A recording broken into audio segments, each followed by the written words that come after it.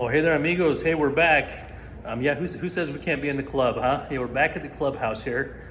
And today we're going to talk, well, this is going to be just part two. I think we may even have to extend this into part three of Hellboy's religious revival. There's a lot to this. Today we're going to see if we can break down some of the politics of it.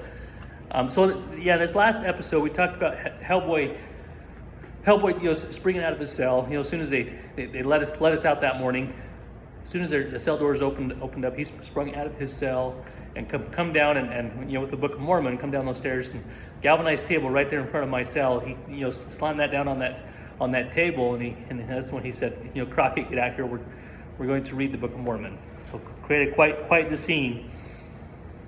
But one thing I could say about Hellboy, a little description, I guess. He was quite a charismatic feller, had a lot of spunk.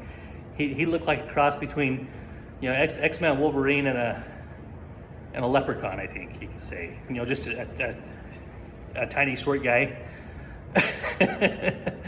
With the full blonde sideburns and the goatee that made him look like, I always thought he looked like Wolverine and stuff. So anyways, pretty cool guy. Before we get into the story, I don't think we're going to really get into the story. I just want to talk about, a couple things to consider, I think. Since, what was I getting at here? Made me wonder if the whole jail experience, a couple of things that made me wonder if the whole jail experience could have been just a big psyop. I'm talking about the psyop on the level of what happened with Jeff Bezos and his affair caught kissing on national TV, stuff like that in the club. And if there's anyone out there that doesn't think that was just propaganda, and news, people just trying to sensationalize the news, to distract us from real issues. So all I can say is you need to seek psychiatric treatment because we have a lot of that, going on in our world today. Is just psyops, meant to distract us from important things. And first thing to consider, I think, well, two things. First of all, I remember on one occasion, Hellboy, when I was in my cell, he pulled up his pant legs and showed me his white power tattoos, and you could almost guess that most Caucasians that were in jail and they'd been matriculated into the system and were pretty well embedded into these guys that were in and out like it was a revolving door. You could almost, in most cases, at some point or another find out they had those white power tattoos and stuff.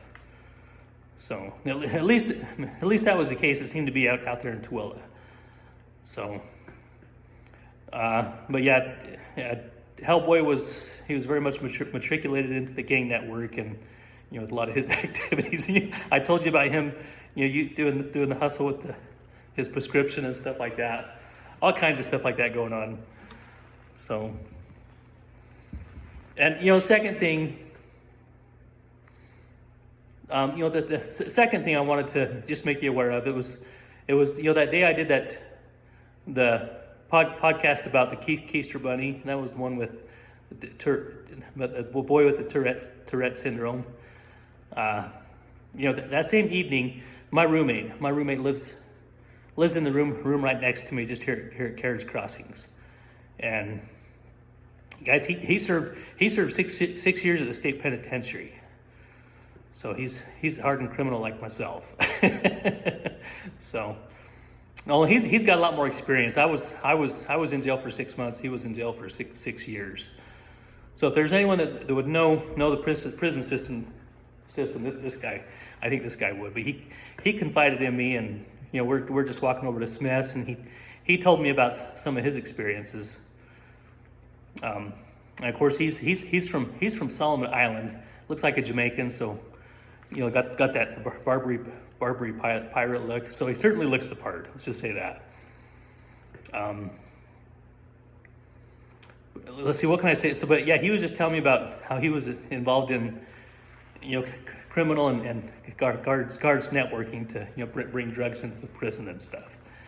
He was So served in the state penitentiary, and he was on work release, which means they, during the day they'd go out and work on construction sites, and when they're booked back into prison, yeah, they would, him and his group of people would keister drugs. They'd stick drugs up their asses, before they'd network with security, with the security guards to have them just overlook it and stuff when they were getting checked to come back in and everything.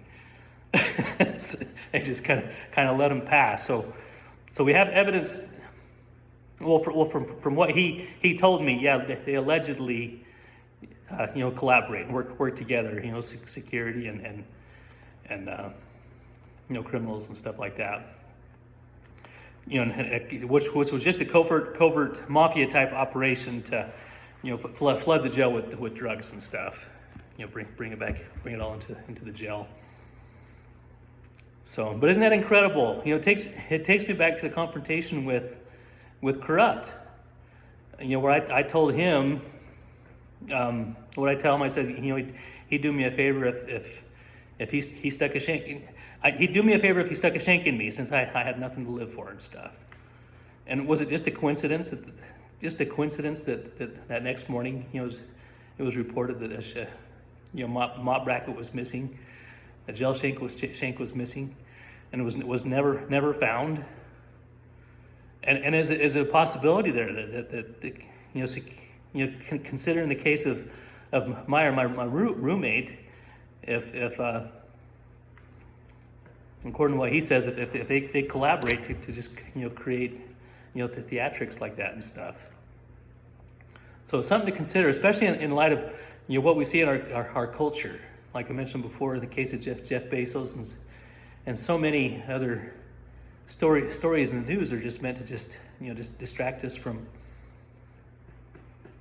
Today your neighbor's house could be burning down, but we're also distracted and sensationalized by. They sensationalize so many news stories that we're just keeps us completely fixated on the news and stuff. But I think it's something to consider. The possibility that inmates and security collaborate to create psyops and theatrics to scare a person into submission. And in this case, they used what they knew I was fearful of. But I had mentioned the jail shank and of course my beliefs to create what was it felt like just a psyop to me. So, but yeah, it's something to consider. I thought it pretty peculiar. So tomorrow when I tell the rest of the story, I'm just going to go back into my naive citizen off the street that doesn't know better, and just to tell the story as I perceived it. And you guys just be prepared to, in the comments, just call me on my BS. See if we can get to the bottom of it. Anyways, I will see you guys tomorrow. Thanks. Yeah, have a good one.